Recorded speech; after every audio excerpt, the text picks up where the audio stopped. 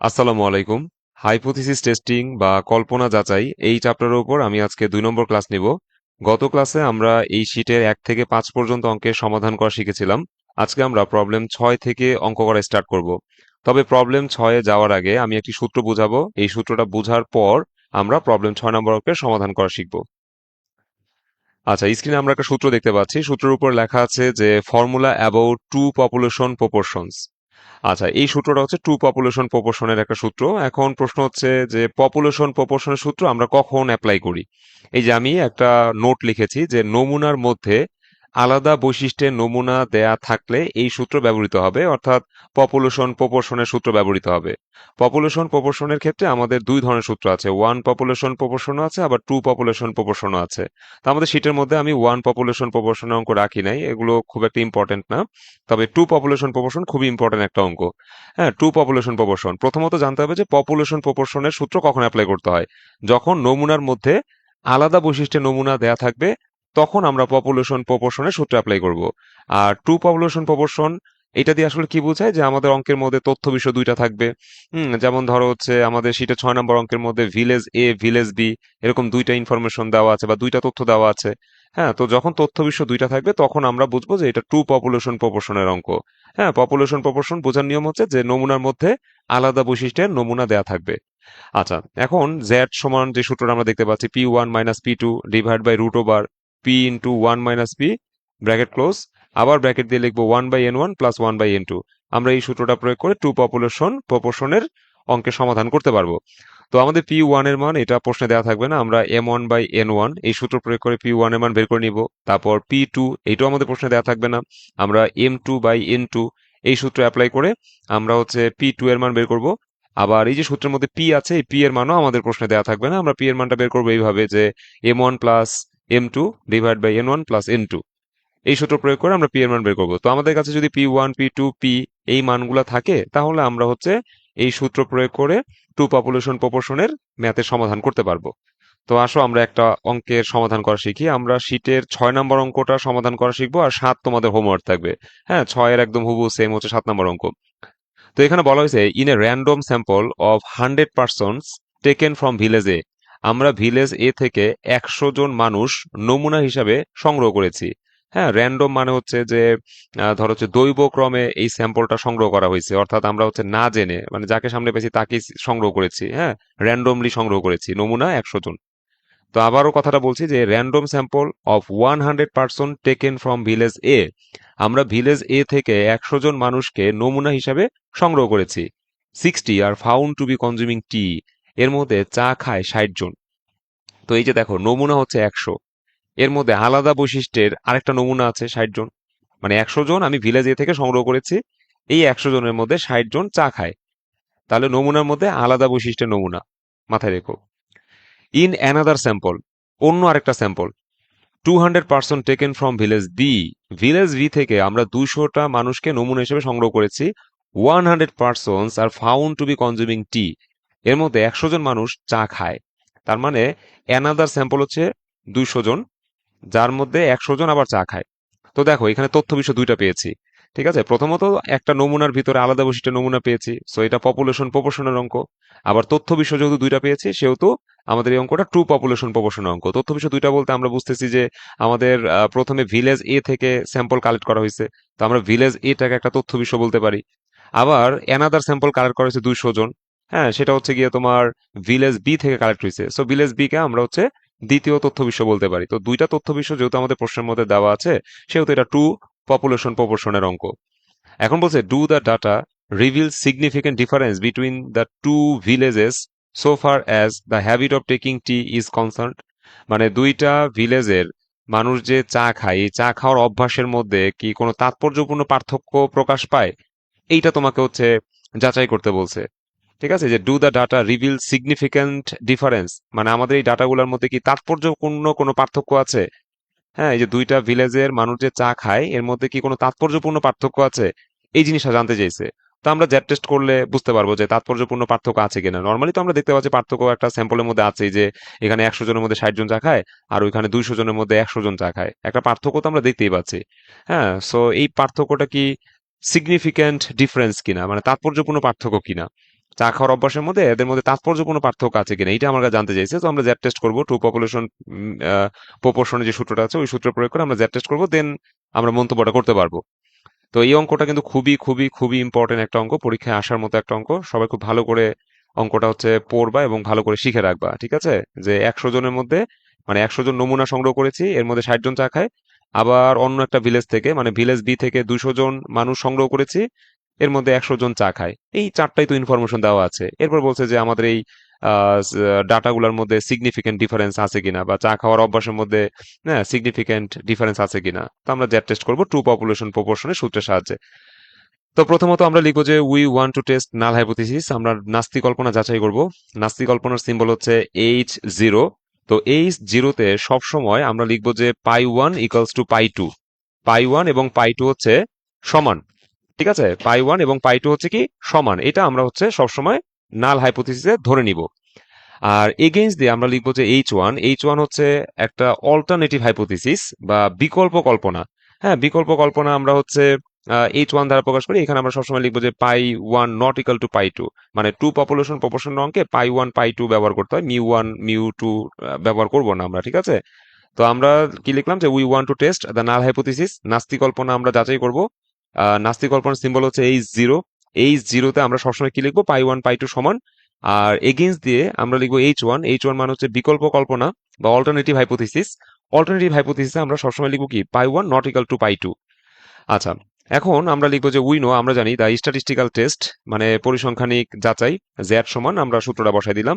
তারপরে লিখবো যে উই আর গিভেন, আমাদের কাছে দেওয়া আছে N1 এর মান হচ্ছে এই যে ভিলেজ এ থেকে আমরা 100টা পার্সন স্যাম্পল হিসেবে সংগ্রহ করেছি, সো এটা হচ্ছে N1 এর মান 100। এখন এই 100 জনের মধ্যে 60 জন চা খায়, এটা হচ্ছে M1। সো আমরা M1 ইকাল টু 60 লিখবো। আবার ভিলেজ বি থেকে আমরা 200 জন নমুনা সংগ্রহ করেছি, সো এটা N2 সমান 200। এই 200 জনের মধ্যে 100 জন চা খায়, সো এটা হলো M2। M2 এর মান হচ্ছে 100। সো গিভেনটা লেখার পর আমরা সুতরাং দিয়ে P1 P2 P এই তিনটা মান বের করে ফেলবো, তারপর সূত্রের মধ্যে মান বসাই দিব। সো P1 বের করার সূত্র কি লিখেছিলাম, M1/N1, অর্থাৎ 60/100 সমান হচ্ছে 0.6। P2 বের করার সূত্র হচ্ছে M2/N2, অর্থাৎ 100/200 সমান হচ্ছে 0.5। আর P বের করার সূত্র কি, M1 plus M2 divide by N1 plus N2। তাহলে মান বসাই দিলে আমাদের 0.53 আসে P এর মান। এরপর নাও দিয়ে আমরা Z এর যেই সূত্রটা ছিল এখানে জাস্ট মান বসাই দিয়েছি। আমাদের রেজাল্ট আসছে কত, 1.64। এখন এটা যেহেতু জেড টেস্ট, সেহেতু আমাদের জেড টেবিল থেকে আমাদের ওই 5% লেভেলের মানটা কত সেটা বের করতে হবে। যেহেতু আমাদের প্রশ্নে কোনো পার্সেন্টেজ উল্লেখ নাই, তো সেক্ষেত্রে আমরা 5% লেভেল অফ সিগনিফিকেন্সে আমরা টেবুলেটেড ভ্যালুটা বের করে নিয়ে আসবো। সো 5%-এর মানটা কত আসে আমরা একটু দেখে আসি। আচ্ছা, এটা একটু লিখছিলাম, আমরা একটু মান দেখে আসি। আচ্ছা দেখো, এখানে টু টেল টেস্ট থেকে আমাদের মানটা নিতে হবে। তো আমাদের এই যে লেভেল অফ সিগনিফিকেন্স দেওয়া আছে 20%, তারপরে 10%, এই যে 5% দেওয়া আছে। তো 5%-এ আমাদের Z.025 সমান 1.96, মানে 1.96 হচ্ছে আমাদের 5% সিগনিফিকেন্স লেভেলে জেড টেবিলের মান।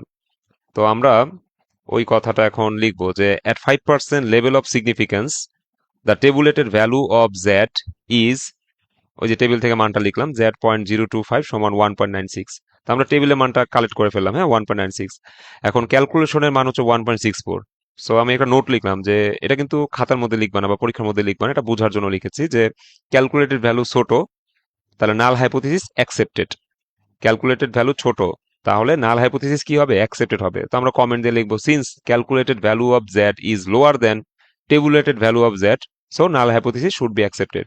সেহেতু নাস্তিক কল্পনা কি আমরা অ্যাকসেপ্ট করলাম, অর্থাৎ এই যে পাই 1 আর পাই 2 সমান বলছিলাম, তো আমরা এটাকে অ্যাকসেপ্ট করে নিয়েছি। পাই 1 আর পাই 2 সমান বলতে আসলে বোঝানো হয় কি, এই যে দুইটা ভিলেজের যে চা খাওয়ার অভ্যাস আছে, হ্যাঁ চা খাওয়ার যে অভ্যাস আছে, তো ভিলেজ এতে মানুষের চা খাওয়ার অভ্যাসটাকে আমরা পাই 1 বলি।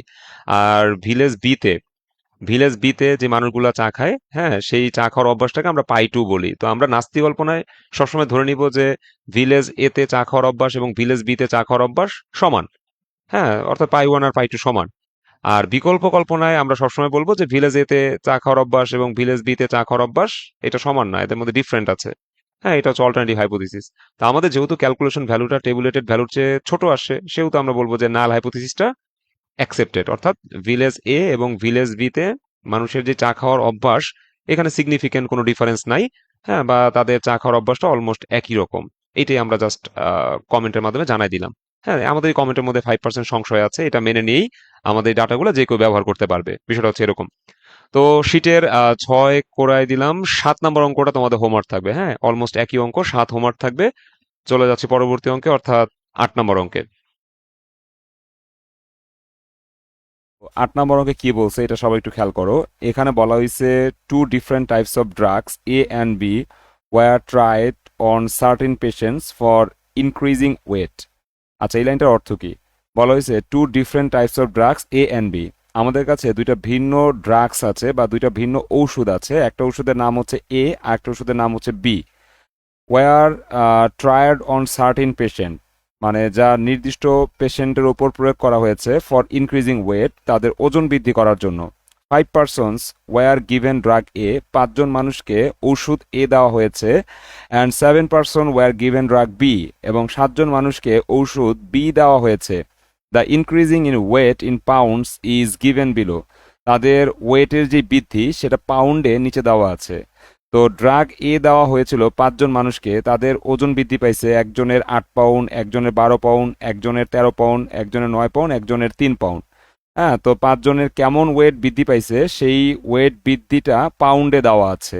আবার ড্রাগ বি, দ্যাটস মিন যারা ওষুধ বি গ্রহণ করেছে বা যাদেরকে ওষুধ বি দেওয়া হয়েছে, তাদের মধ্যে 7জনকে ওষুধ বি দেওয়া হয়েছিল। সো তাদের ওজনটা কেমন বৃদ্ধি পাইছে সেটা আমরা দেখতে পাচ্ছি যে একজনের ওজন বৃদ্ধি পাইছে 10 পাউন্ড, একজনের 8 পাউন্ড, একজনের 12 পাউন্ড, একজনের 15 পাউন্ড, একজনের 6 পাউন্ড, একজনের 8 পাউন্ড, একজনের 11 পাউন্ড।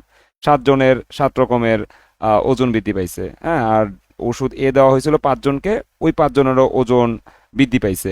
এখন তোমাকে বলছে যে do the two drugs differ significantly with regard to their effect in increasing weight. ওজন বৃদ্ধির ক্ষেত্রে যে প্রভাবটা আমরা দেখতে পাচ্ছি, এখানে কি কোনো তাৎপর্যপূর্ণ পার্থক্য আছে কিনা, মানে দুইটা ড্রাগের ফলে আমাদের পেশেন্টের যে ওজন বৃদ্ধি পাইছে সেখানে কোনো তাৎপর্যপূর্ণ পার্থক্য আছে কিনা, অর্থাৎ ওষুধ এ যাদেরকে দেওয়া হয়েছে তাদের ওজনও বৃদ্ধি পাইছে, আবার ওষুধ বি যাদেরকে দেওয়া হয়েছে তাদের ওজনও বৃদ্ধি পাইছে। এখন এই যে ওজন বৃদ্ধির যে প্রভাবটা, এইখানে কি কোনো তাৎপর্যপূর্ণ পার্থক্য আছে? অর্থাৎ যারা ওষুধ এ গ্রহণ করেছে তাদের ওজন বৃদ্ধি পাইছে, আবার যারা ওষুধ বি গ্রহণ করেছে তাদের ওজনও বৃদ্ধি পাইছে। এখন এই যে ওজন বৃদ্ধিটা পাইলো, হ্যাঁ, দুইটা ওষুধ গ্রহণ করার ফলেই পেশেন্টের ওজন বৃদ্ধি পাইছে। এখন এইখানে দুইটা ওষুধের যে ইফেক্ট, এখানে তাৎপর্যপূর্ণ কোনো পার্থক্য আছে কিনা এটা তোমাকে যাচাই করতে বলছে। আচ্ছা, এই হচ্ছে আমাদের পুরো অঙ্ক। আমরা টি টেস্টের মাধ্যমে এই অঙ্কের সমাধানটা করব, অর্থাৎ শেষে মন্তব্যটা করব যে দুইটা ড্রাগসের মধ্যে পার্থক্যটা আছে, হ্যাঁ, সিগনিফিকেন্ট ডিফারেন্স আছে নাকি নাই, এটা আমরা হচ্ছে অঙ্ক শেষে মন্তব্যের মাধ্যমে বলে দিব। এখন কথা হলো আমরা এখানে কোন টেস্ট করব। এখানে অবশ্যই টি টেস্ট করতে হবে। কেন টি টেস্ট করতে হবে? কারণ ড্রাগ এ, দ্যাটস মিন ওষুধ এ দেওয়া হয়েছে 5জন পেশেন্টকে, যেহেতু 30 জনের কম। হ্যাঁ, সো আমরা দেখতে পাচ্ছি ওষুধ এ 30 জনের কম, দ্যাটস মিন 5জনকে দেওয়া হয়েছে। আবার ওষুধ বি 7জনকে দেওয়া হয়েছে, এখানেও 30জনের কম। তাহলে N1-এর মান এটাও 30-এর কম, N2-এর মান এটাও 30-এর কম। তো N1-এর মান 30-এর কম, N2-এর মান 30-এর কম হইলে সেই অঙ্কটা টি টেস্টের মাধ্যমে সমাধান করতে হয়। তো আমরা টি টেস্টের মাধ্যমে এই পুরো অঙ্কের সমাধানটা করব। আচ্ছা, অঙ্কের শুরুতে আমরা লিখব যে we want to test the null hypothesis. আমরা নাস্তিক কল্পনা যাচাই করব। নাস্তিক কল্পনাকে H0 দ্বারা প্রকাশ করা হয়। H0-তে আমরা সবসময় কি বলি? মিউ1 আর মিউ2 সমান। এগেইনস্ট, তার বিপরীতে আরেকটা হাইপোথিসিস করি আমরা, যাকে আমরা বলি অল্টারনেটিভ হাইপোথিসিস বা বিকল্প কল্পনা, যাকে আমরা H1 দ্বারা প্রকাশ করি। H1 সবসময় কি বলবে? মিউ1 আর মিউ2 অসমান। এখন আমরা লিখব since N1 less than 30, N1 এর মান 30-এর কম, and N2 less than 30, N2 এর মান 30-এর কম, so we may use t test. আমরা টি টেস্ট করব। We know the statistical test, তারপরে টি এর সূত্র বসাই দিলাম। সাথে আমরা লিখব যে ডিগ্রি অফ ফ্রিডম, স্বাধীনতার মাত্রা হচ্ছে N1 plus N2 minus 2। N1 এর মান 5, N2 এর মান 7, আর মাইনাস 2 আছে। তারপর ক্যালকুলেশন করলে আমাদের ডিগ্রি অফ ফ্রিডম বা স্বাধীনতার মাত্রা কত আসে? 10 আসে। আর টি টেস্টের যে সূত্রটা বসাইছি, এখন এই সূত্রের মধ্যে মান বসাইতে গেলে কিছু প্রবলেম আছে। এই প্রবলেমগুলো কি? আমরা জানি না এক্স বারের মান কত, ঠিক আছে? আমরা জানি না এক্স বারের মান কত, এটা আমরা জানি না। তারপরে এক্স বার 1 এর মান কত, এটা আমরা জানি না। তারপরে এক্স বার 2 এর মান কত, এইটাও আমরা জানি না। তারপর স্ট্যান্ডার্ড ডেভিয়েশন বা এস এর মান কত, এইটাও আমরা জানি না। N1 এর মান জানি, হ্যাঁ, N1 এর মান 5, N2 এর মান এটাও জানি, N2 এর মান 7। কিন্তু আমরা জানি না কোনগুলা, এক্স বার 1, এক্স বার 2, আর হচ্ছে এস। এখন এই মানগুলা ছাড়া আমরা টি টেস্টের সমাধান করতে পারবো না। তাহলে আমাদের প্রথম কাজ হচ্ছে এই মানগুলা বের করা, x bar one, x bar two আর হচ্ছে এস। এই মানগুলা বের করে দেন আমরা টি টেস্টের যে ফর্মুলা আছে এই ফর্মুলায় মান বসাবো, দেন আমরা ক্যালকুলেশন করতে পারবো। হ্যাঁ, বা টি টেস্টের রেজাল্ট কত সেটা আমরা জানতে পারবো। আচ্ছা, তো আমরা প্রথমে x bar one, x bar two আর এস এর মানটা বের করে ফেলি। এই জন্য একটা টেবিল করা লাগবে। তো আমরা টেবিলের মধ্যে লিখবো এরকম, মানে টেবিলের উপরে হেডিং দিব, a table for calculation of x bar one, x bar two and s. তো x bar one, x bar two এবং এস নির্ণয়ের জন্য একটা টেবিল। তো টেবিলের মধ্যে কলাম হবে এরকম, এক্স ওয়ান, তারপরে x one minus x bar one whole square, আবার x two, x two minus x bar two whole square. আচ্ছা, তো এক্স ওয়ান কোনগুলা? এই যে আমাদের কাছে পাঁচটা এক্স ওয়ানের মান দেওয়া আছে, ঠিক আছে, পাঁচটা এক্স ওয়ানের মান দেওয়া আছে। তো আমরা পাঁচটা এক্স ওয়ানের মান তুলে ফেলবো, পাঁচটা এক্স ওয়ানের মান তুলে ফেলবো, ঠিক আছে। এই সবগুলাকে যোগ করলে হবে কত? 45। এখন আমি যদি সামেশন এক্স ওয়ান পাইলাম কত? 45। এখন আমি যদি এই 45কে 5 দিয়ে ভাগ করি তাহলে তো এক্স বার ওয়ান পাওয়া যাবে। সামেশন এক্স ওয়ানকে যদি এন দিয়ে ভাগ করি, দ্যাটস মিন 45কে যদি আমি 5 দিয়ে ভাগ করি তাহলে কত পাওয়া যাবে? 9 পাওয়া যাবে। তো এক্স বার ওয়ানটা পেয়ে গেলে তুমি এই ক্যালকুলেশনটাও করতে পারবা, x one minus x bar one whole square, এই ক্যালকুলেশনটাও করতে পারবা। কিভাবে?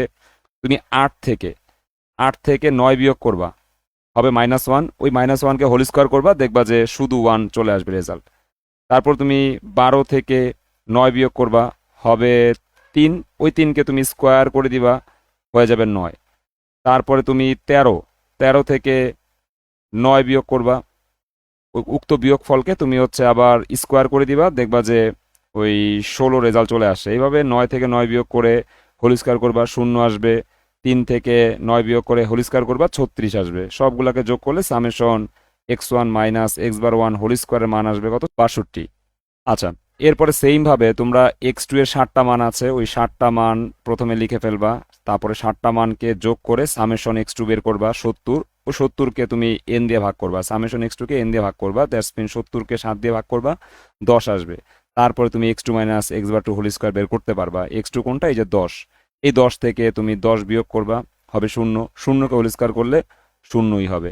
আবার এই 8, 8 থেকে তুমি 10 বিয়োগ করবা, হবে -2। -2কে হোল স্কোয়ার করলে হবে 4।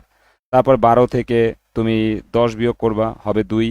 সেই 2কে হোল স্কোয়ার করলে হবে 4। এইভাবে তুমি সবগুলো হোল স্কোয়ারের মান বের করবা। বের করার পরে তোমার এই যোগফলটা নামাইতে হবে। আচ্ছা, যোগফলটা নামাইলে আমাদের কিন্তু এস এর মানটা বের করা যাবে। অলরেডি আমরা হচ্ছে X bar one, x bar two বের করে ফেলছি। হ্যাঁ, এখন আমরা এস এর মানটাও বের করতে পারবো। এস এর মানটা বের করার জন্য সূত্র প্রয়োগ করতে হবে, root over summation x one minus x bar one whole square plus summation X two minus x bar two whole square divided by N one plus N two minus two. এখন এই সূত্রের মধ্যে মান বসে দাও, 3.4059 আসে রেজাল্ট। তো আমরা x bar one, x bar two, S এর মান বের করে ফেলছি। এখন কিন্তু আমরা টি এর যে অরিজিনাল সূত্র সেই সূত্রের মধ্যে মান বসায় টি এর রেজাল্টটা বের করতে পারবো। তা আমরা টি এর সূত্রের মধ্যে মান বসাই দিছি, এক্স বার ওয়ান 9, তার থেকে বিয়োগ যাবে এক্স বার টু, এটা হচ্ছে 10। তারপরে এস এর মানটা বসাই দিলাম। হ্যাঁ, তারপর root over 1/n1 plus 1/n2। Calculation করলে মাইনাসের রেজাল্ট আসে, সো মাইনাস রাখা যাবে না। আমরা টি এর দুই পাশে মডুলাস চিহ্ন ব্যবহার করলাম, মডুলাস চিহ্ন ব্যবহার করলে মাইনাসটা মুছে যাবে। তো রেজাল্ট কত আসলো? 5015। এখন আমরা হচ্ছে টি টেবিলের রেজাল্টটা জানবো যে কত, তারপরে মন্তব্যটা করতে পারবো। এখন টি টেবিলের রেজাল্ট কত এটা আমাদের জানার জন্য একটা চার্ট লাগবে, ঠিক আছে। টি টেবিলের রেজাল্ট কত এটা জানার জন্য চার্ট লাগবে। আর বড় কথা, আমরা যখন টেবিলের মান বের করব তখন অঙ্কে একটা পার্সেন্টেজ থাকা লাগে। তো আমাদের এই অঙ্কে যেহেতু পার্সেন্টেজটা নাই, মানে আমি যে মন্তব্যটা করব এই মন্তব্যের মধ্যে 5% সংশয় থাকতে পারে, বা 1% সংশয় থাকতে পারে, বা 10% সংশয় থাকতে পারে, এরকম কথা সাধারণত প্রশ্নে বলে দেয়। তো যেই পার্সেন্টেজটা বলে দিবে ওই পার্সেন্টেজ অনুযায়ী টেবিল থেকে মান কালেক্ট করতে হবে। আর যদি কিছু বলে না দেয় তাহলে আমরা 5% স্ট্যান্ডার্ড ধরে নিব, ঠিক আছে। যদি কিছু বলে না দেয় আমরা 5% স্ট্যান্ডার্ড ধরে নিব। তাহলে এই অঙ্কে আমাদের মন্তব্যের মধ্যে কয় পার্সেন্ট সংশয় থাকবে এই কথাটা বলা নাই। সো আমরা 5% সংশয় ধরে সমাধানটা করব। তা আমি লিখলাম যে অ্যাট 5% লেভেল অফ সিগনিফিকেন্স, 5% তাৎপর্যপূর্ণ মাত্রায়, উইথ 10 ডিগ্রি অফ ফ্রিডম, মানে স্বাধীনতার মাত্রা হচ্ছে 10, দ্য টেবুলেটেড ভ্যালু ইজ, মানে টেবিলের ভ্যালু হচ্ছে আমরা ওই যে মডুলাস চিহ্ন ইউজ করব, যেহেতু ক্যালকুলেশনে মডুলাস চিহ্নটা আছে সেজন্য মডুলাস ব্যবহার করতে হবে। যদি ক্যালকুলেশনে মডুলাস ব্যবহার করা না লাগতো তাহলে আমি এইখানেও মডুলাসটা ব্যবহার করতাম না। আচ্ছা, তো দুই পাশে মডুলাস চিহ্ন ব্যবহার করলাম, তারপরে লিখলাম যে টি 0.025, একটা কমা দিয়ে লিখলাম 10। এই যে 0.025 এটা দিয়ে আসলে 5% বোঝায়, মানে 5% হলে তার অর্ধেক মান এখানে বসাইতে হয়। ধরো 5%, 5%, এখন 5% মানে কি 0.05, এই 0.5-এর অর্ধেক করে ফেলতে হবে, দ্যাটস মিন 0.025 করতে হবে। তো 5% বললে আমরা হচ্ছে টি এর নিচে 0.025 বসাবো, মানে যত পার্সেন্ট বলবে, 10% বললে 10-এর অর্ধেক, 1% বললে 1-এর অর্ধেক, এই মানটা এখানে অর্ধেক বসবে। হ্যাঁ, 5%-এর পরিবর্তে আমরা হচ্ছে 0.05 লিখবো, ওই 0.5-কে 2 দিয়ে ভাগ করলে সেটা হয়ে যাবে 0.025। এই 0.025 এখানে আমরা লিখবো। হ্যাঁ, এই 0.025 মানেই 5%-এর কমেন্ট, ঠিক আছে। সো 0.025 লিখবো, তারপরে হচ্ছে কমা দিয়ে লিখবো ডিগ্রি অফ ফ্রিডম, এটা 10। হ্যাঁ, আমাদের ওই যে প্রশ্নের আমরা বের করেছিলাম, সরি, ডিগ্রি অফ ফ্রিডম আমাদের 10 বের হয়েছিল। সো আমি ডিগ্রি অফ ফ্রিডম 10 লিখলাম, এখন যার মান হচ্ছে 2.228। এই যে 2.228 এইটা তোমাদের একটা চার্ট থেকে বের করতে হবে, যে চার্টটা তোমরা পরীক্ষার হলে নিয়ে যেতে পারবা, ঠিক আছে, সবাই নিয়ে যেতে পারবা। হাইপোথিসিসের অঙ্ক করার জন্য এই চার্টটা তোমরা পরীক্ষার হলে নিয়ে যেতে পারবা। তো চার্ট থেকে কিভাবে মানটা বের করতে হবে এটা আমি একটু বলে দিই। আমাদের কাজ হলো কি 5%-এর দিকে ফোকাস রাখা আর ডিগ্রি অফ ফ্রিডম 10-এর দিকে ফোকাস রাখা। তো আমরা দেখি 5% আর 10 এটা ম্যাচ করে কোথায়।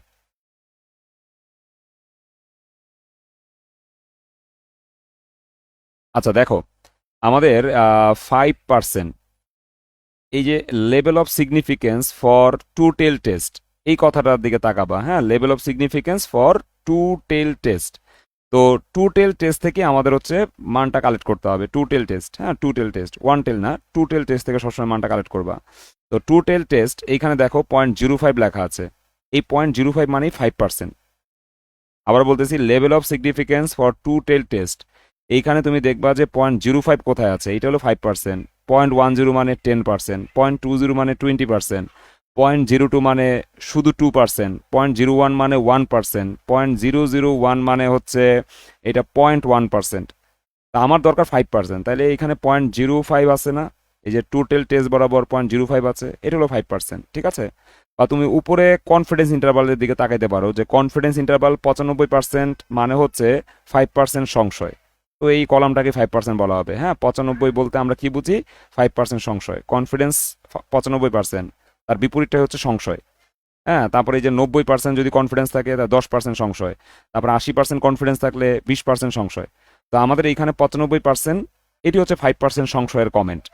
হ্যাঁ, বা এই যে মানটা আমরা যে কালেক্ট করবো, সো 95 বরাবর তুমি মান কালেক্ট করতে পারো, অথবা তুমি টোটাল টেস্ট থেকে 0.05টাকে বলতে পারো যে এটি হলো 5%-এর কলাম। হ্যাঁ, তো 5%-এর কলামের দিকে নিচে নামবা। আর এদিকে ডিগ্রি অফ ফ্রিডম 10 কোথায় আছে, এই যে 10, এই যে 10। হ্যাঁ, তো 10 বরাবর ডানের দিকে চাপো, আর 3 নাম্বার কলামে চলে আসলাম, এই যে দেখো 2.228, এটি হচ্ছে আমাদের 5%-এর টেবিলের মান। হ্যাঁ, 5%-এর টেবিলের মান। তো এই চার্টটা তোমরা নিয়ে যেতে পারবা, নিয়ে গিয়ে তোমরা হচ্ছে পরীক্ষার হলে যেই পার্সেন্টেজে মন্তব্য করতে বলবে সেই পার্সেন্টেজ অনুযায়ী মন্তব্যটা করতে পারবা। হ্যাঁ, যে 0.05 বরাবর নিচে নামবা আর 10 বরাবর ডানে চাপবা, এই সংযোগ স্থলটাই হচ্ছে কি টি টেবিলের মান 2.228।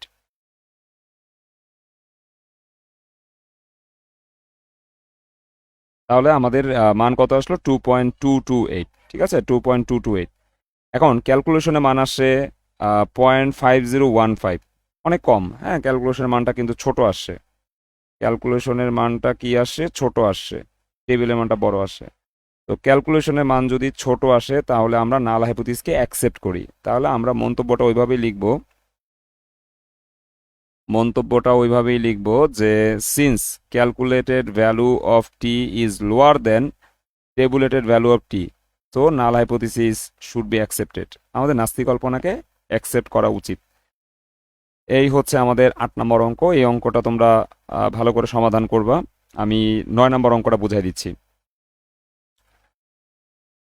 ওকে, স্ক্রিনে আমরা 9 নম্বর অঙ্কটি দেখতে পাচ্ছি। এই অঙ্কটা ইম্পর্টেন্ট একটা অঙ্ক। এখানে বলা হয়েছে price of share in taka of a company on the different days in a month were found to be. এখানে বলা হয়েছে যে একটা শেয়ারের মূল্য, হ্যাঁ, যেটা অবশ্যই টাকাতে দেওয়া আছে, একটা শেয়ারের মূল্য হ্যাঁ, on the different days in a month, মানে এক মাসের বিভিন্ন দিনের শেয়ারের মূল্য নিচে দেওয়া আছে। তো আমরা দেখতে পাচ্ছি কোনো একদিন শেয়ারের দাম ছিল 66 টাকা, তারপরে কোনো একদিন শেয়ারের দাম ছিল 65 টাকা, কোনো একদিন শেয়ারের দাম 69 টাকা, 70 টাকা, 69 টাকা, 71 টাকা। এইভাবে আমাদের একটা মাসের বিভিন্ন দিনের শেয়ার প্রাইস প্রশ্নে দেওয়া আছে। একটা মাসের বিভিন্ন দিনের শেয়ার প্রাইস প্রশ্নে দেওয়া আছে। কয়টা দিনের মান দেওয়া আছে? 1 2 3 4 5 6 7 8 9 10। 10 দিনের মান প্রশ্নে দেওয়া আছে। তাহলে এক মাসে কিন্তু 10 দিন না, এক মাসে অনেক দিন আছে। হ্যাঁ, ধরো শেয়ার মার্কেট খোলা থাকে এক মাসে প্রায় 20 দিনের উপর খোলা থাকে।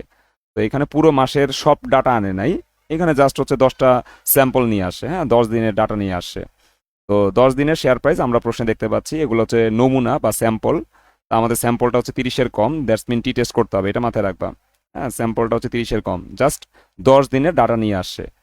এখন বলছে যে test whether the mean price of the share in the month is 65 taka. তোমাকে টেস্ট করতে বলছে, হ্যাঁ, যে এই শেয়ারের গড় প্রাইস, হ্যাঁ, গড় মূল্য এক মাসে এই শেয়ারের গড় মূল্য কত টাকা? 65 টাকা। এটা হচ্ছে ওই যে সারা মাসের, এখানে কিন্তু নির্দিষ্ট ডে এর কথা বলে নাই। বলছে test whether the mean price of the share in the month, মানে এই মাসে শেয়ারের গড় মূল্য 65 টাকা, এটা তুমি টেস্ট করো। তার মানে সারা মাস, হ্যাঁ, এই মাস বলতে কি সারা মাসটাকে বোঝাচ্ছে, কোনো নির্দিষ্ট কতগুলো দিনের কথা বলে নাই, সারা মাসের কথা বলছে। হ্যাঁ, এই মাসে শেয়ারের গড় মূল্য কত টাকা? 65 টাকা, এটা তোমাকে টেস্ট করতে বলছে। তাহলে এই 65 টাকা এটা হচ্ছে আমাদের তথ্য বিশ্ব, হ্যাঁ, তথ্য বিশ্বের গড়। তো তথ্য বিশ্বের গড় মানে সারা মাসের শেয়ারের গড় 65 টাকা, এইটা তোমাকে টেস্ট করতে বলছে। তার মানে এটা হচ্ছে তথ্য বিশ্বের গড় বা মিউ এর মান। আর ওগুলো হচ্ছে স্যাম্পল। আমি যদি ওই 10টা স্যাম্পলের গড় বের করি তাহলে সেটা হবে এক্স বার। কিন্তু এই 65 এটা কিন্তু 10টা দিনের গড় না, এটা হচ্ছে সারা মাস। সারা মাসে যতদিন শেয়ার মার্কেট খোলা ছিল ওই সবগুলা দিনের শেয়ারের গড় মূল্য হচ্ছে 65 টাকা। তার মানে সারা মাসের শেয়ারের গড় মূল্য যেহেতু 65 টাকা বলা আছে, সেহেতু এটা মিউ এর মান। আর উপরে যে 10টা দিনের শেয়ার প্রাইস দেওয়া আছে, এই 10টা শেয়ার প্রাইস যোগ করে যদি 10 দিয়ে ভাগ করি তাহলে যে গড়টা বের হবে সেই গড়টা হচ্ছে এক্স বারের মান। ওটা হচ্ছে নমুনার গড়। আর এই 65 এটা হচ্ছে আমাদের পপুলেশন মিন, হ্যাঁ, বা সমগ্রকের গড়। এই জিনিসটা মাথায় রাখতে হবে, ঠিক আছে? সো আমরা হচ্ছে প্রথমে এইভাবে লিখবো অঙ্কটা যে we want to test the null hypothesis. আমরা নাস্তি কল্পনা যাচাই করব। নাস্তি কল্পনাকে আমরা H0 দ্বারা প্রকাশ করি। H0-তে আমরা ধরে নিব মিউ এর মান 65 টাকা। ঠিক আছে, এটা মিউ এর মান 65 টাকা, এটা ঠিক আছে। মিউ এর মান 65 ঠিক আছে। মানে নাল হাইপোথিস সবসময় কি বলে, মানে আমাদের প্রশ্নের মধ্যে যে সমগ্রকের গড়টা দেওয়া থাকে, হ্যাঁ, নাল সবসময় বলে কি যে হ্যাঁ এই সমগ্রকের গড়টা ঠিক আছে, মানে মিউ এর মান 65। আর তার বিপরীতে অল্টারনেটিভ হাইপোথিসিস, যাকে আমরা H1 দ্বারা প্রকাশ করি, H1 সবসময় বলবে mu not equal to 65, mu এর মান 65 ঠিক নাই। তার মানে H0 সে সবসময় বলবে মিউ এর মান 65, আর H1 সে সবসময় কি বলবে? মিউ এর মান 65 না। এই হচ্ছে আমাদের দুইটা কল্পনা আর কি। অঙ্ক শেষে আমরা বলতে পারি যে নাল হাইপোথিসিস অ্যাকসেপ্টেড না রিজেক্টেড, এটা আমরা অঙ্ক শেষে বলতে পারি। বাট অঙ্কের শুরুতে আমরা বলে নিব যে null hypothesis, that's mean mu এর মান 65 ঠিক আছে। আর বিপরীতে অল্টারনেটিভ হাইপোথিসিস বলবে মিউ এর মান 65 এটা ঠিক নাই। এখন আমরা যদি হচ্ছে টেস্ট করতে চাই, এখানে আমাদের টি টেস্ট করতে হবে, কারণ স্যাম্পল হচ্ছে 10টা। স্যাম্পল যেহেতু 10টা সেহেতু আমাদের এখানে টি টেস্ট করতে হবে, ঠিক আছে? তো টি টেস্ট করার জন্য আমাদের টি টেস্টের যে সূত্রটা আছে, এখানে এক্স বারের মান আমাদের কাছে নাই, এস এর মানটা আমাদের কাছে নাই। মিউ এর মান আছে, এন এর মানও আছে, কিন্তু এক্স বারের মান এস এর মান আমাদের কাছে নাই। তো আমাদের প্রথম কাজ হচ্ছে এক্স বারের মান এস এর মান বের করা, তারপর আমরা টি টেস্টের সূত্র বসাই দিব। আমরা লিখলাম a table for calculation of mean and standard deviation, that's mean x bar এবং এস এর মান আমরা আগে নির্ণয় করব। তো এক্স আই, আই দেওয়া মানে হচ্ছে এখানে অনেকগুলো এক্স আছে, সো দিলে ভালো, না দিলে খুব একটা সমস্যা নাই আর কি। তো এক্স আই দিয়ে বোঝাচ্ছি আমাদের কাছে 10টা এক্স আছে, ওই সবগুলো এক্স আই যোগ করলে আমরা সামেশন এক্স আই এর মান পেয়ে গেলাম 675। এখন আমি যদি এক্স বার বের করতে চাই, তাহলে ওই সামেশন এক্স আইকে, মানে ওই 10টা এক্স এর যোগফল, তাকে আমি সামেশন এক্স আই বলতেছি। সামেশন এক্স আইকে আমি এন দ্বারা ভাগ করব, তার মানে ওই যোগফলটাকে 10 দিয়ে ভাগ করব, তাহলে গড় চলে আসলো বা এক্স বার চলে আসলো 67.5। এখন আমরা হচ্ছে ওই X I minus x bar whole square নির্ণয় করব। এটা কেন লাগবে? কারণ এস এর মান বের করতে গেলে এই মানটা লাগবে আর কি। হ্যাঁ, স্ট্যান্ডার্ড ডিভিয়েশন বের করতে গেলে আমাদের summation X I minus x bar whole square এই মানটা লাগবে। তো আমরা X I minus x bar whole square কীভাবে বের করবো? এটা হলো এক্স আই, এক্সআই থেকে এক্স বার বিয়োগ করবা, দ্যাটস মিন 66 থেকে 67.5 বিয়োগ করবা, বিয়োগফলকে হোল স্কোয়ার করবা, দেখবা যে চলে আসবে 2.25। তারপরে এই 65 থেকে তুমি 67.5 বিয়োগ করবা, বিয়োগফলকে হোল স্কোয়ার করবা, চলে আসবে 6.25। এভাবে সবগুলা হোল স্কোয়ার বের করে তুমি যোগ করলে পাওয়া যাবা summation X I minus x bar whole square, এর মান পাবা 70.5। এখন তুমি এস এর মানটা বের করতে পারবা। এস বের করার সূত্র হচ্ছে root over summation X I minus x bar whole square divide by N minus 1, তারপরে ক্যালকুলেশন করলে 2.7988। এটা হচ্ছে আমাদের এস এর মান। এখন আমরা টি টেস্টের যে অরিজিনাল সূত্র সেখানে মান বসাতে পারবো, যে সূত্রটা হচ্ছে X bar minus mu divide by S divide by root over N with degree of freedom N minus 1। যখন 1 পপুলেশনের অঙ্ক হয় তখন আমরা এন মাইনাস 1 ব্যবহার করি, আবার যখন 2 পপুলেশনের অঙ্ক হয়, যেমন আগের অঙ্কটা ছিল 2 পপুলেশনের অঙ্ক, হ্যাঁ, ড্রাগ এ ড্রাগ বি, তথ্য বিশ্ব দুইটা ছিল, যার কারণে আমরা হচ্ছে 2 পপুলেশনের যে সূত্রটা আছে একটু বড় সূত্র, ওই সূত্রটা অ্যাপ্লাই করেছিলাম। আর এই অঙ্কে আমাদের ড্রাগ এ ড্রাগ বি এরকম দুইটা ইনফরমেশন নাই, হ্যাঁ, এই অঙ্কে আমাদের জাস্ট একটা ইনফরমেশন আছে যে 10 দিনের শেয়ার প্রাইস দেওয়া আছে, তথ্য বিষয় একটা। তো তথ্য বিষয় একটা থাকার কারণে আমরা হচ্ছে 1 পপুলেশন সূত্রটা প্রয়োগ করেছি, X bar minus mu divide by S divide by root over N. আচ্ছা, আর সাথে degree of freedom N minus one এই সূত্রটা অ্যাপ্লাই করতে হবে। আর 2 পপুলেশন হলে ওই যে n1 প্লাস n2 মাইনাস 2 বড় সূত্রটা অ্যাপ্লাই করি। তো এখানে 1 পপুলেশন বিধে আমরা n-1 ব্যবহার করলাম, অর্থাৎ 10 মাইনাস 1, দ্যাটস মিন 9 হচ্ছে ডিগ্রি অফ ফ্রিডম। আর আমাদের সূত্রের মধ্যে মান বসাই দিলে 2.824 আসে আমাদের টি টেস্টের রেজাল্ট। এখন আমরা মান বের করব যে অ্যাট 5% লেভেল অফ সিগনিফিকেন্স, 5% তাৎপর্যপূর্ণ মাত্রায় উইথ 9 ডিগ্রি অফ ফ্রিডম, সাথে স্বাধীনতার মাত্রা হচ্ছে 9, the tabulated value is, and tabulated ভ্যালুটা কত হবে, ওই যে টি লিখে আমরা 0.025 কমা দিয়ে 9 লিখবো। 0.025 কেন লিখছি, কারণ এই যে 5% তাৎপর্যপূর্ণ মাত্রায় মন্তব্যটা করব, তো 5% বলতে আমরা কি বুঝি, ওই অর্ধেক করলে 0.025কে বুঝি, তো আমরা 0.025 বসাই দিলাম, আর কমা দিয়ে ডিগ্রি অফ ফ্রিডম যেহেতু 9 আমরা 9 বসাই দিলাম। এখন এই মানটা যে 2.262, এইটা আমরা কিভাবে পাবো, এটা আমরা পাবো হচ্ছে চার্ট থেকে, ঠিক আছে, এটা আমরা পাবো কিভাবে, চার্ট থেকে পাবো। আচ্ছা দেখো, আমাদের 5%, এই যে 0.05-এ চলে আসবো, 5% 0.05-এ চলে আসবো, আর ডিগ্রি অফ ফ্রিডম 9 বেরিয়েছিল, এই যে 9 চলে আসলাম। সো 9 বরাবর 3 নাম্বার কলাম 2.262, এই যে দেখো 2.262, ঠিক আছে। সো 2.262 এটা হচ্ছে আমাদের রেজাল্ট। তো আমরা 2.262 এটা আমরা টেবিলের মান বসাই দিলাম, ক্যালকুলেশনের মানটা বড় 2.824, আর টেবিলের মান ছোট 2.262। তো যেহেতু ক্যালকুলেশনের মানটা বড় সেহেতু রিজেক্টেড হবে, ঠিক আছে, ক্যালকুলেশনের মানটা বড় সেহেতু রিজেক্টেড করতে হবে। তা আমরা লিখবো যে since calculated value of t is greater than tabulated value of t, so null hypothesis should be rejected. মানে ক্যালকুলেটেড ভ্যালু টেবিলের ভ্যালুর চেয়ে বড়, সুতরাং নাল হাইপোথিসিসকে কি করতে হবে, রিজেক্ট করতে হবে। তার মানে এই অঙ্কটা আগের অঙ্কের থেকে ডিফারেন্স কি ছিল, মানে আগের ক্লাসগুলোতে আমরা যে অঙ্ক করেছিলাম আমাদের ওই অঙ্কে হচ্ছে কি এক্স বার তারপর এস বের করাই ছিল, এই অঙ্কের মধ্যে এক্স বার এস এর মানটা বের করে নিতে হয়েছে, এই জাস্ট তফাৎ। আচ্ছা, আমাদের লাস্ট অঙ্ক আর একটা অঙ্ক বাকি আছে, সেটা হচ্ছে শীটের 10 নম্বর অঙ্ক, এটাই আমাদের আজকে লাস্ট অঙ্ক। 10 নম্বর অঙ্কে বলছে যে a sample of 900 members is found to have a mean 3.4 centimetre. আচ্ছা দেখো, স্যাম্পল হচ্ছে 900 জন, জ্যাড টেস্ট করতে হবে, হ্যাঁ, তো 900 জন জ্যাড টেস্ট করতে হবে কারণ 30-এর বেশি স্যাম্পল। তো 900 জনের গড় আবিষ্কার হইলো কত, 900 জনের গড় আবিষ্কার হইলো 3.4 সেন্টিমিটার। তো এই যে 900 জন এটা হচ্ছে স্যাম্পল বা এন এর মান, আর এই 900 জনের গড় যেটা বেরোইছে, হ্যাঁ, সেটা কিন্তু এক্স বারের মান। এখন বলছে can it be reasonably regarded as a sample from a large population, মানে can it be reasonably regarded as a sample, এগুলাকে কি স্যাম্পল হিসাবে সংগ্রহ করা হয়েছে ফ্রম এ লার্জ পপুলেশন, মানে একটা দীর্ঘ পপুলেশন থেকে, of mean 3.25 and standard deviation 2.61, আর ওই লার্জ পপুলেশনের মিন হচ্ছে 3.25, মানে সমগ্রকের মিন হচ্ছে 3.25 যেটাকে আমরা মিউ বলবো, আর সমগ্রকের স্ট্যান্ডার্ড ডিভিয়েশন 2.61 যেটাকে আমরা সিগমা বলবো। মানে আমাদের অঙ্কের মধ্যে দেখো স্যাম্পলের ইনফরমেশন দেওয়া আছে যে 900 জন মেম্বার কয়জন, 900 জন। A sample of 900 members is found to have a mean 3.4 centimetre. মানে 900 জন মেম্বার আমরা স্যাম্পল হিসেবে কালেক্ট করেছি, যাদের গড় হচ্ছে 3.4 সেন্টিমিটার। তো 900 জন এটা যেহেতু স্যাম্পল, সো আমরা তাকে স্যাম্পল সাইজ বা এন দ্বারা প্রকাশ করব, স্মল এন দ্বারা প্রকাশ করব। স্যাম্পল সাইজকে কি দ্বারা প্রকাশ করা হয়? স্মল এন দ্বারা প্রকাশ করা হয়। এখন এই 900 জনের গড় বা স্যাম্পলের গড় হচ্ছে 3.4 সেন্টিমিটার, এটা হচ্ছে এক্স বারের মান।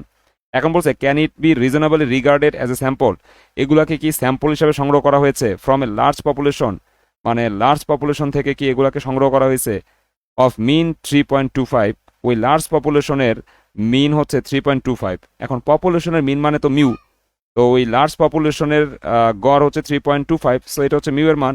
আর স্ট্যান্ডার্ড ডিভিয়েশন বা লার্জ পপুলেশন স্ট্যান্ডার্ড ডিভিয়েশন দেওয়া আছে 2.61, এটা হচ্ছে সিগমার মান। ঠিক আছে, স্ট্যান্ডার্ড ডিভিয়েশন যদি পপুলেশনের হয়, পপুলেশনের স্ট্যান্ডার্ড ডিভিয়েশন মানে সমগ্রকের পরিমিত ব্যবধান যদি প্রশ্নে দেওয়া থাকে সেটাকে সিগমা দ্বারা প্রকাশ করি।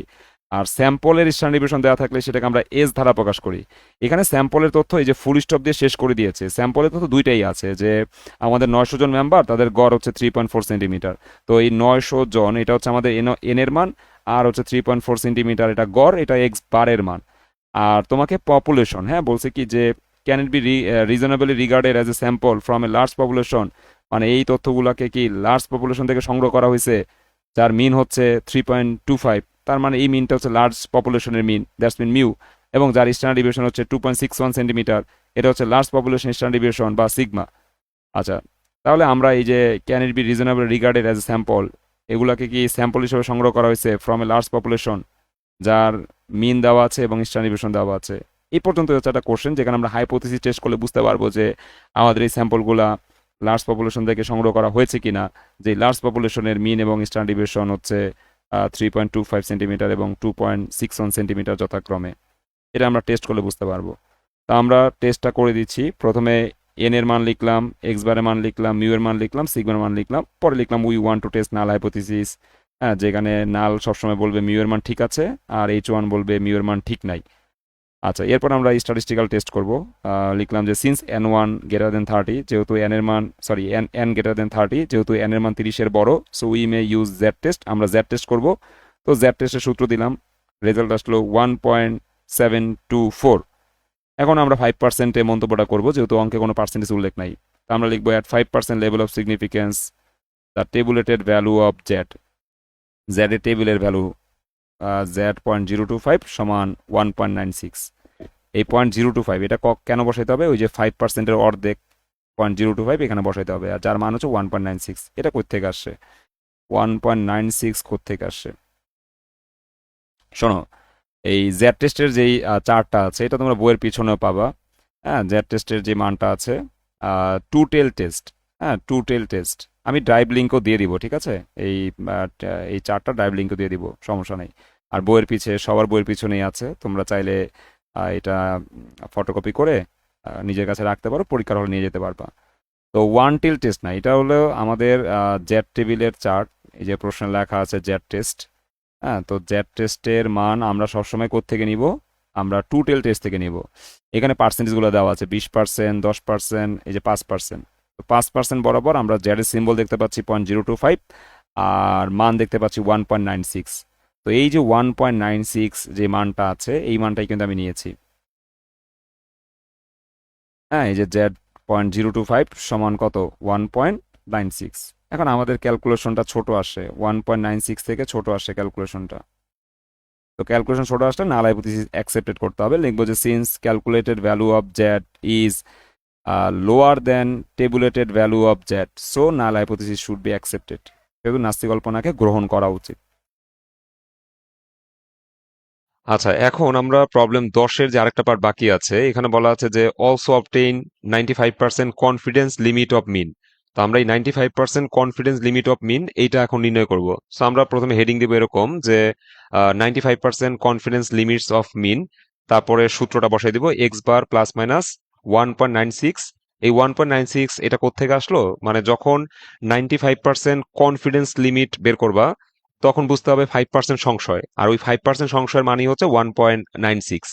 ঠিক আছে, মানে এখানে যদি 95% কনফিডেন্স লিমিট থাকে তাহলে তার বিপরীত মানে 100 হইতে আর 5% বাকি, তাই না? ওই 5% সংশয়ের মানটা এখানে বসাইতে হবে। এই যে আমরা এইখান থেকে বসাবো যে 5% 5% সংশয়, এই যে 5%, তো 5% লেভেল অফ সিগনিফিকেন্সের মান হচ্ছে কত 1.96। তো যখন আমি 95% কনফিডেন্স চিন্তা করব তখন 5% সংশয়, হ্যাঁ সংশয়ের মানটা বসাতে হবে, 1.96 বসাতে হবে। তো আমরা এইখানে যখন 95% কনফিডেন্স লিমিট অফ মিন বের করবো তখন এখানে 1.96 বসাবো। যদি এখানে 95%-এর জায়গায় অন্য কোনো পার্সেন্টেজ থাকতো, লাইক 80% কনফিডেন্স লিমিট, তাহলে 80% কনফিডেন্স লিমিট মানে বাকি 20% হচ্ছে সংশয়, তখন আমি 20%-এর যে মানটা আছে সেটা কিন্তু আমি বসাইতাম। ঠিক আছে, 20%-এর মানটা কত, এই যে 20%-এর মান হচ্ছে 1.282, তখন কিন্তু আমি 1.282 বসাইতাম। হ্যাঁ, তো আমাদের এখানে তো 20% কনফিডেন্স, সরি 80% কনফিডেন্স লিমিট বলে নাই যে আমি 20% সংশয়ের মানটা বসাবো। আমার অঙ্কে বলছে 95% কনফিডেন্স লিমিট, সো আমি 5% সংশয়ের মান যে 1.96 এই মানটা আমি বসাবো। তো আমরা এখানে বসাই দিয়েছি 1.96, তারপরে ইনটু চিহ্ন দিলাম। ইনটু চিহ্ন দেওয়ার পর আমাদের sigma by root over N এই সূত্রটা বসাইতে হবে। এখানে একটা কথা বলে রাখি, অনেক সময় সিগমা লিখতে হবে, অনেক সময় এস লিখতে হবে। সিগমাটা কখন লিখতে হয়, যখন আমাদের অঙ্কের মধ্যে স্ট্যান্ডার্ড ডিভিয়েশন পপুলেশনের জন্য দেওয়া থাকে তখন সিগমা লিখতে হয়। স্ট্যান্ডার্ড ডিভিয়েশন যখন পপুলেশনের জন্য দেওয়া থাকে তখন আমরা হচ্ছে সিগমা লিখি। আর যখন স্ট্যান্ডার্ড ডিভিয়েশনটা স্যাম্পলের থাকে, অনেক সময় অঙ্কের মধ্যে বলা থাকে যে এই স্ট্যান্ডার্ড ডিভিয়েশনটা হচ্ছে স্যাম্পল স্ট্যান্ডার্ড ডিভিয়েশন, তখন কিন্তু আমরা এখানে এস কথাটা লিখবো। তাহলে ঘটনাটা আমি আরেকবার বলছি যে 95% কনফিডেন্স লিমিটস অফ মিন যখন বের করব সূত্র হবে x bar plus minus 1.96। 95% confidence, তার বিপরীতে 5% সংশয়, আর ওই 5% সংশয়ের মানই হচ্ছে 1.96। এখানে 95%-এর বিপরীতে যে 5% সংশয়, ওই সংশয়ের মান টেবিল থেকে এনে বসাইতে হবে। যদি এখানে তোমার 90% কনফিডেন্স লিমিট বলতো তাহলে 10% সংশয়ের মান এখানে বসাইতে হতো। আশা করি বিষয়টা clear. Into sigma by root over N, অনেক সময় এখানে এস বাই রুট ওভার এনও ব্যবহার করা লাগতে পারে।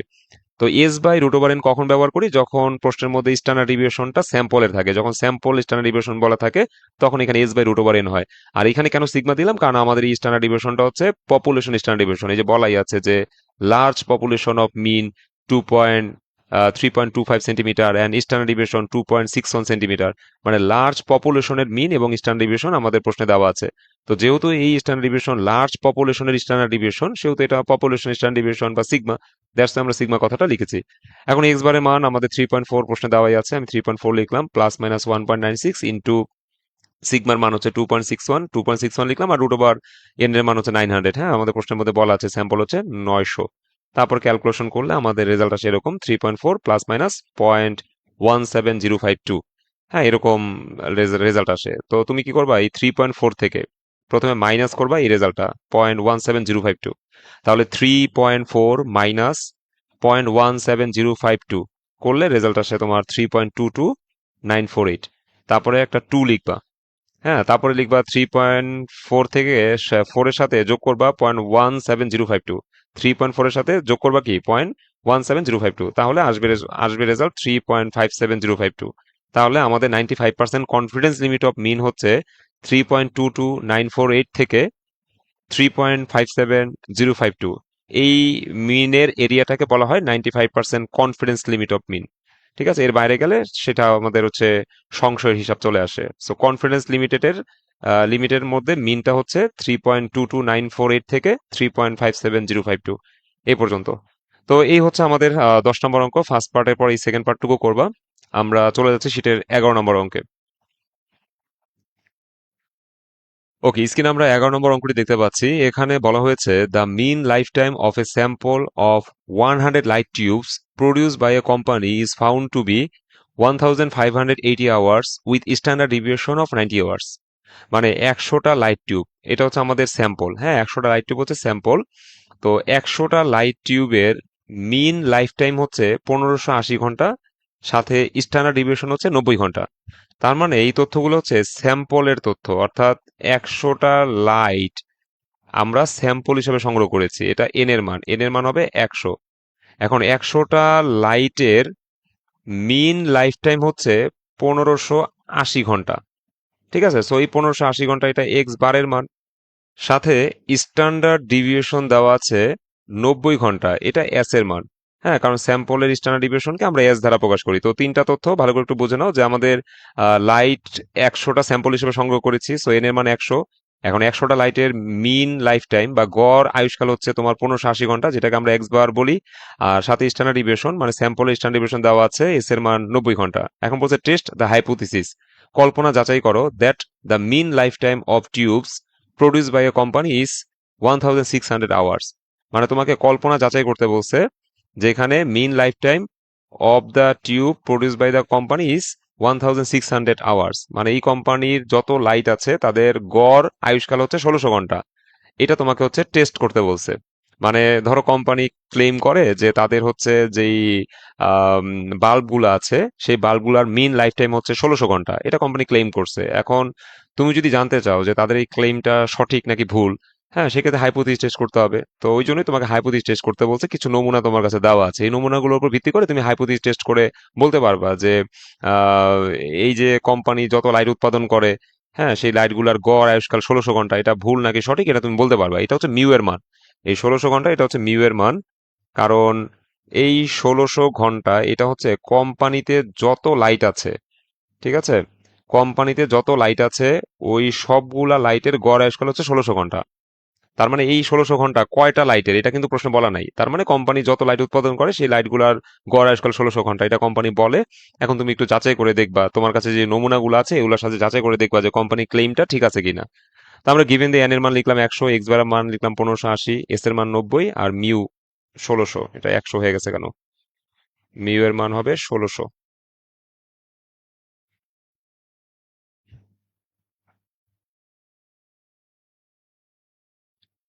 আচ্ছা, গিভেন লেখার পরে লিখবো we want to test null hypothesis. আমরা নাস্তিক কল্পনা যাচাই করব। নাস্তিক কল্পনাতে আমরা বলি যে এইচ ও সাজদের দিয়ে মিউ সমান লিখি 1600, যে আমাদের মিউ এর মান 1600 হবে। হ্যাঁ, নাস্তিক কল্পনা সবসময় কি বলবে যে মিউ এর মান 1600, ঠিক আছে। আর এগেইনস্ট দিয়ে আমরা একটা বিকল্প কল্পনা করব যাকে এইচ ওয়ান দ্বারা প্রকাশ করা হয়। এইচ ওয়ান বলবে যে mu not equal to 1600, mu এর মান 1600, এটা ঠিক নাই। এরপর লিখবো since N one greater than 30, মানে এন গ্রেটার দেন 30, যেহেতু এন এর মান 30-এর বেশি, we may use Z test, সেহেতু আমরা জেড টেস্ট করতে পারি। We know the statistical test.